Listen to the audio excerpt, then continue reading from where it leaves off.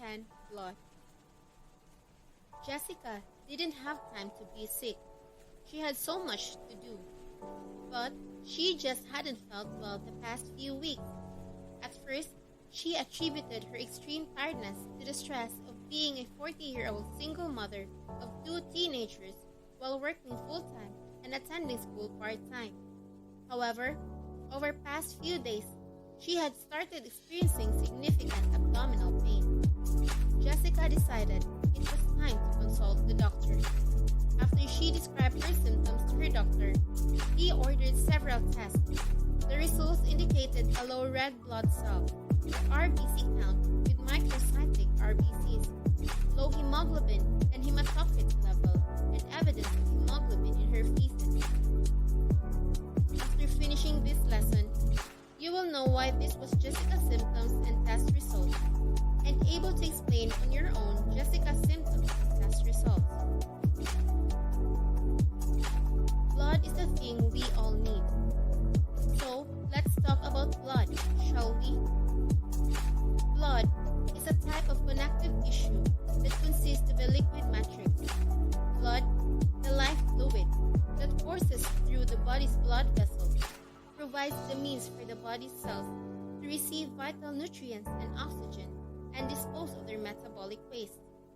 As blood flows past the tissue cells, exchanges continually occur between the blood and the tissue cells so that vital activities can go on continuously. Most of the reddish pellet at the bottom of the tube is called erythrocytes, or red blood cells, the formed elements that function in oxygen transport.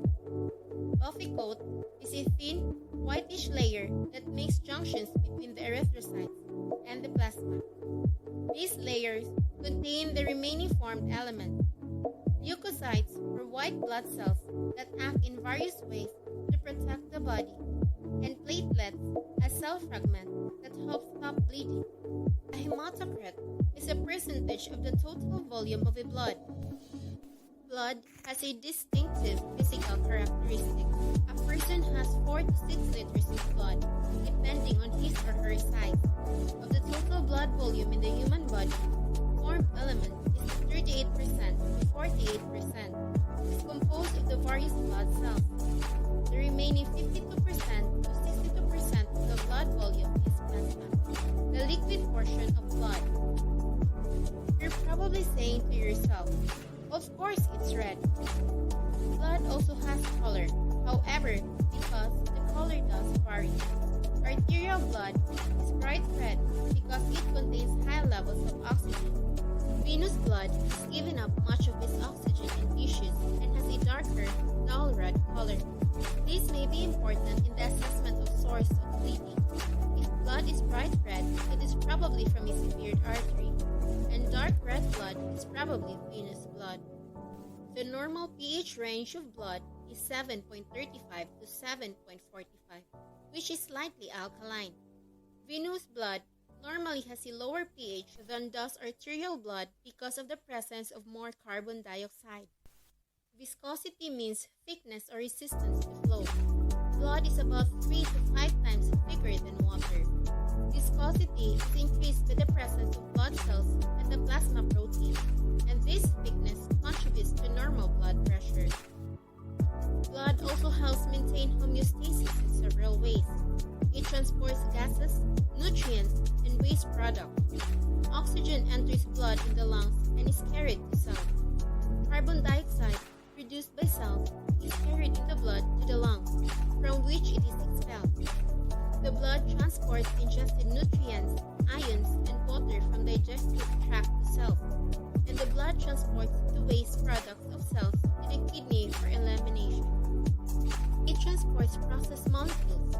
Many substances are produced in one part of the body and transported in the blood to another part, where they are modified.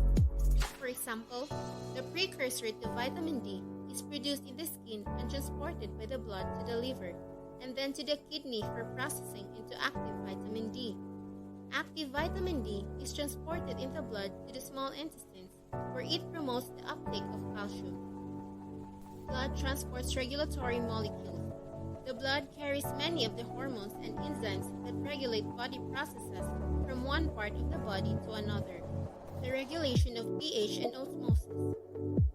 Buffers, which help keep the blood's pH within its normal limits of 7.35 to 7.45, are in the blood. The osmotic composition of blood is also critical for maintaining normal fluid and ion balance. The maintenance of body temperature.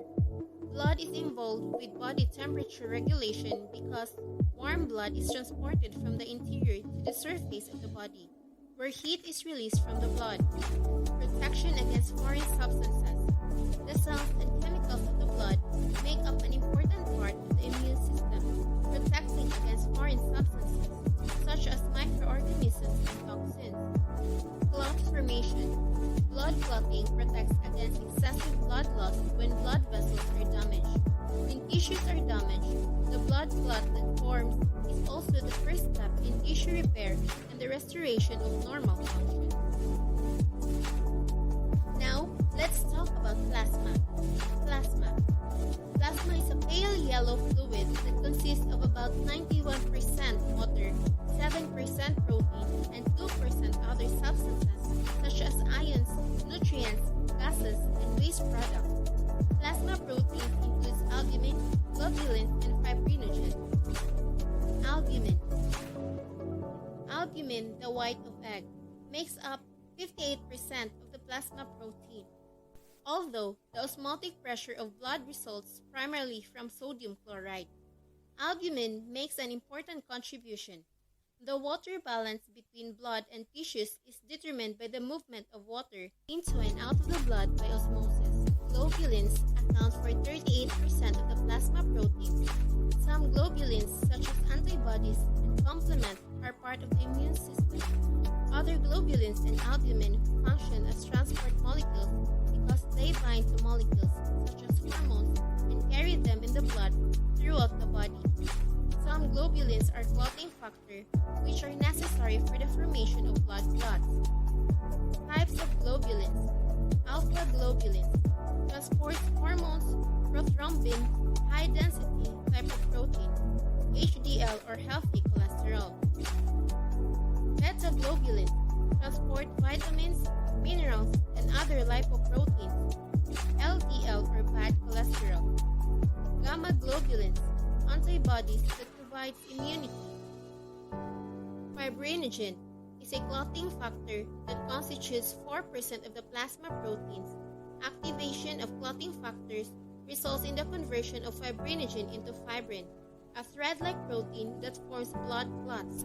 And serum is plasma without the clotting factors. Let's go to the production of formed elements. Production of formed elements.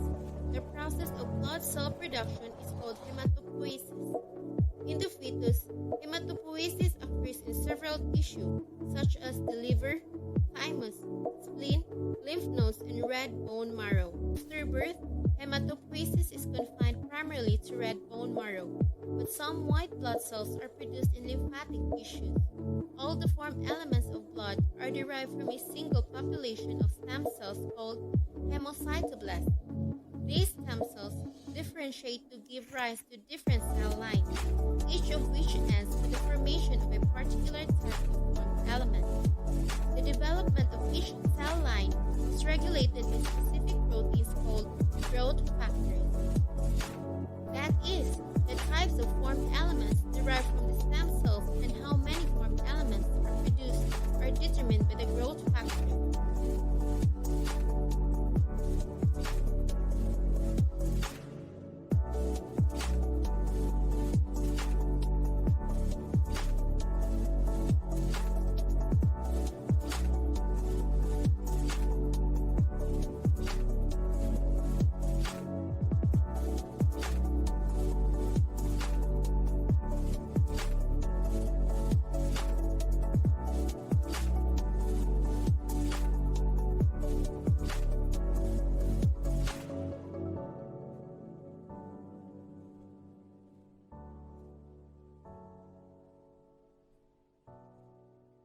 Jaundice is another thing that can be a concern.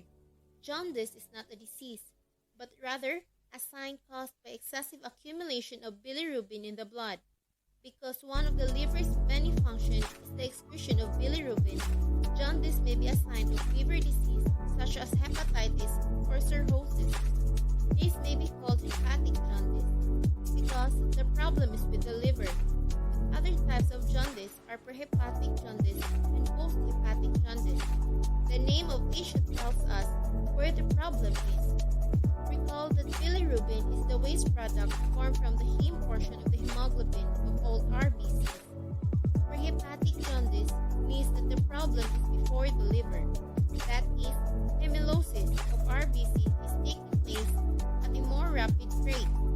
Rapid hemolysis is characteristic of sickle cell anemia, malaria, and Rh disease of the newborn.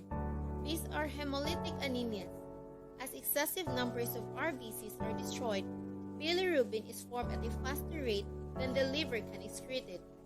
The bilirubin that the liver cannot excrete remains in the blood and causes jaundice. Another name for this is hemolytic jaundice. Post-hepatic jaundice means that the problem is after the liver. The liver excretes bilirubin into bile, which is stored in the gallbladder, and then moved to the small intestine. If the bile ducts are obstructed, perhaps by gallstones or inflammation of the gallbladder, bile cannot pass to the small intestine and buffs up in the liver. Bilirubin may then be reabsorbed back in the blood and cause jaundice. Another name for this type is obstructive jaundice.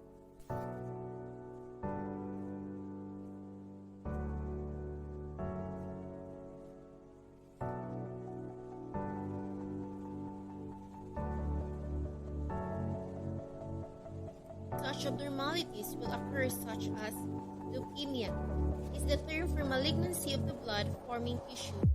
There are many types of leukemia, which are classified as acute or chronic by the types of abnormal cells produced and by either childhood or adult onset.